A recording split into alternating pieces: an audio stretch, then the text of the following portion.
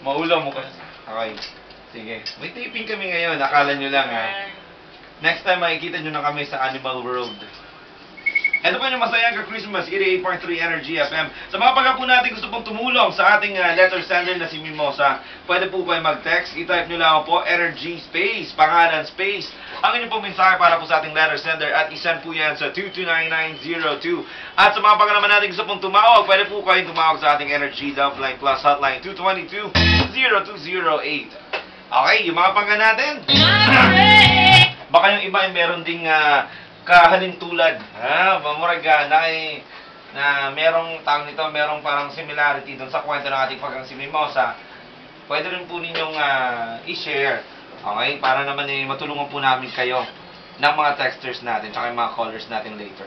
Okay? Ano ba talagang dapat niyang gawin? Ngayon, sinasabi pa niyang mahal niya pa rin daw itong si Panggang Lindon. Kahit na nalaman po niya, kasi nga po, nakipag-cool off muna itong kanyang boyfriend na si Lindon sa kanya.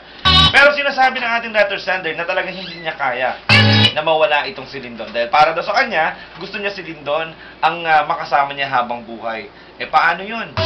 Gustong-gusto nga niya. Paano yung tao? Ayaw din naman.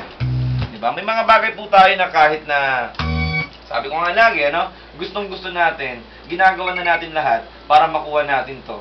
Gumagawa tayo ng kabutihan pero hindi pa rin. Hindi pa rin sapat.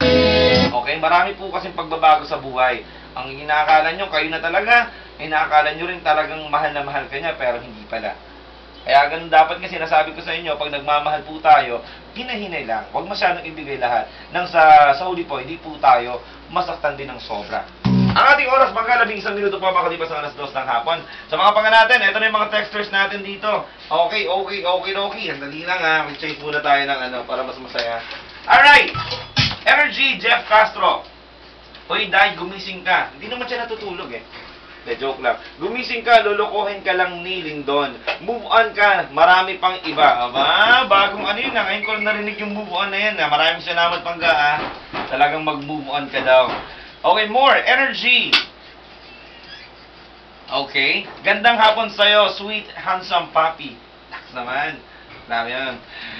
Grabe basta na, pikot pa na. Kibot-kibot. Ano tawag dyan? Na akong sakuang anus.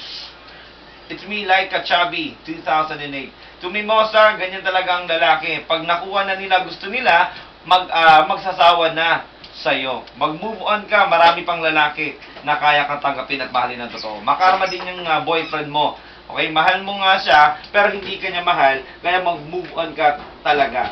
Di ba? Talagang dalawang move ons na. Pray ka kay God lagi. Thanks, Papi. I love you. God bless you. Palaging pagaling ka. Maraming salamat po. Ay, naku naman talaga. Ang sarap-sarap marinig yung mga